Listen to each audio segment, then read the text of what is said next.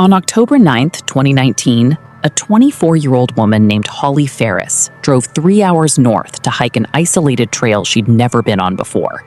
She told her roommate she'd be back by Sunday night. She wasn't. What rangers eventually found deep in that forest, and the unsettling clues Holly left behind in her journal, doesn't have a clean explanation. To this day, some park employees still refuse to hike that section of the woods alone.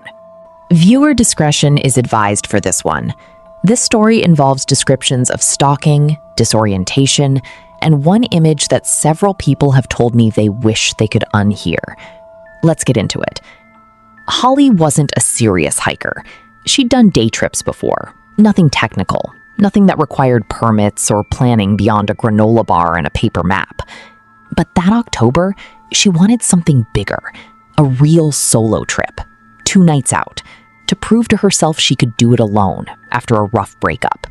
She picked a trail in a state forest about 40 miles outside the nearest town, an 11-mile loop with a single backcountry campsite marked roughly at its midpoint. She signed it. Hers was the only name on the page going back 2 weeks. The first 6 miles went fine.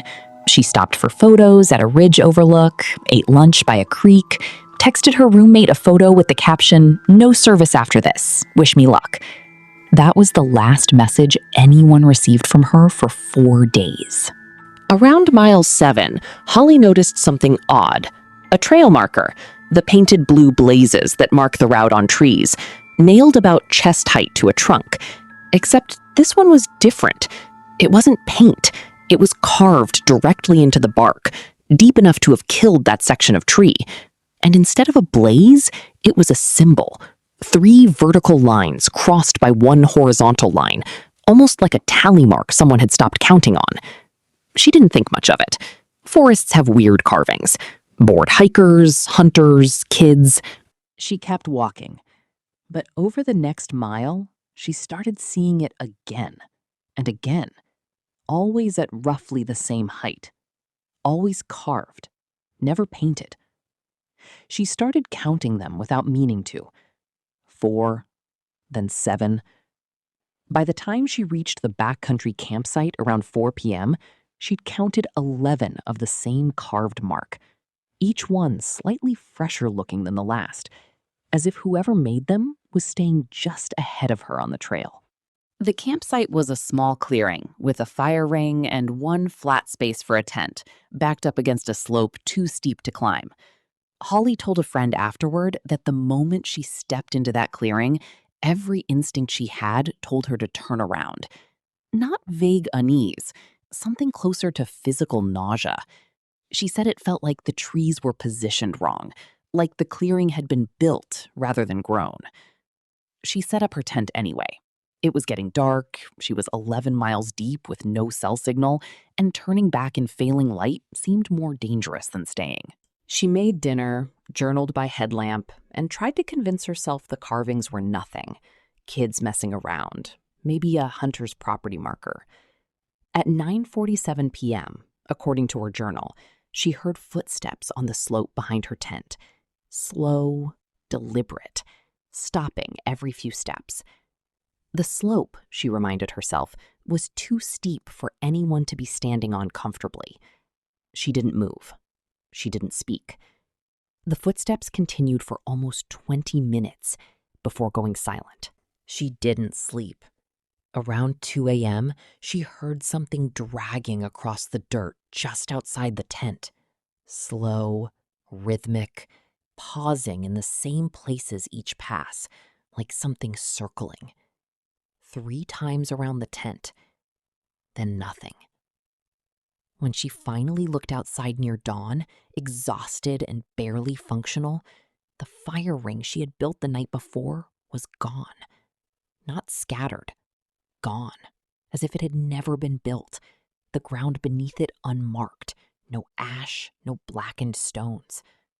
Her food bag, which she'd hung properly from a tree branch 30 feet from her tent, was sitting directly in the center of the clearing, unopened, with the same carved symbol from the trail pressed into the dirt beside it, too large and too precise to have been made with a stick or a boot. That was when Holly decided to leave the trail entirely rather than continue the loop.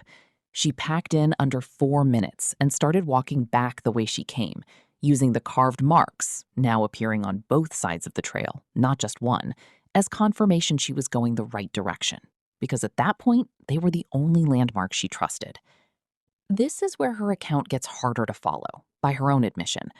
She says the trail she'd walked the day before no longer matched what she remembered. Turns that should have taken her downhill took her up. Landmarks she recognized appeared in the wrong order, and the carved marks, instead of leading her back toward the trailhead, seemed to be leading her in a slow, widening spiral. She walked for what she estimated was 6 or 7 hours and never once crossed the creek she knew she needed to cross to get out. Around what she guessed was early afternoon, she heard, for the first time since the campsite, something that sounded distinctly human. A man's voice, calling a name that wasn't hers, from somewhere ahead through the trees. She called out. The voice stopped immediately. She didn't hear it again. And she has never been able to explain, to herself or to investigators, why hearing an actual human voice in that moment frightened her more than anything else that had happened.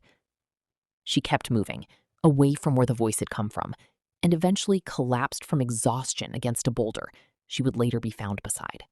When Holly missed her planned check-in, her roommate waited one extra day before calling park rangers, worried she'd overreacted to a simple delay.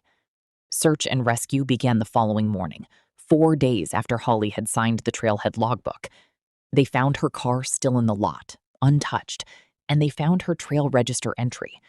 But they also found something rangers couldn't immediately explain. A second entry, beneath hers, in different handwriting, with no name.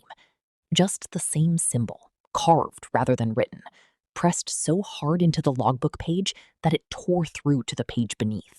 Holly was found on day 4, roughly 2 miles from the original campsite, in a section of forest that didn't connect to any marked trail. She was severely dehydrated, hypothermic, and largely incoherent, but alive.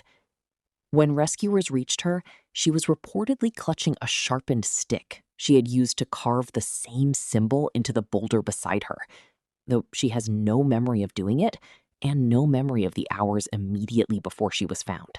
Rangers searched the original campsite and found Holly's tent still standing, untouched, exactly where she'd left it. But the fire ring she insisted had vanished was there too, fully intact, ash and all, as if it had simply been waiting for someone to notice it again.